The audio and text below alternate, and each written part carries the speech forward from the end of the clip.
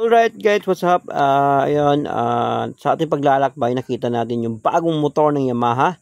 Ito yung bagong design, bagong labas ng Yamaha MT-15. Alright, so ayan, pinagbago niya guys, no? Dati, yung kulay ng sky blue is nasa mags lang. Ngayon, meron na sa tangke at saka sa harap, no? So, may combination siya na sky blue, saka yung gray, saka black. Yan, makikita mo sa likod. Ayan, walang pinagbago pa rin. Yan, so, for me guys, napakaganda ng naked bike kasi nga, napakaangas. Kitang-kita yung handlebar niya. And then, ito yung pinakamurang entry level ng naked bike ng Yamaha, no? So, yan yung harap. Makikita mo, napaka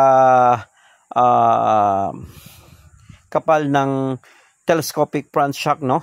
Right? Nakikita mo guys, tingnan natin. Parang talaga siyang, kung yellow yan, parang si Bumblebee na talaga. Right? Yung signal light niya sa gilid. Tapos, ayan, handlebar. Kitang-kita kasi naked bike.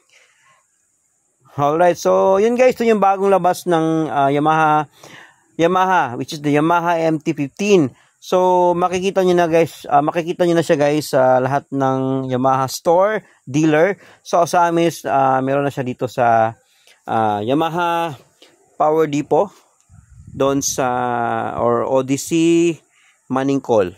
Alright, makikita niyo siya guys, no? Alright, so napakaganda, napakaangas. For me, first impression ko dito, sobrang ganda.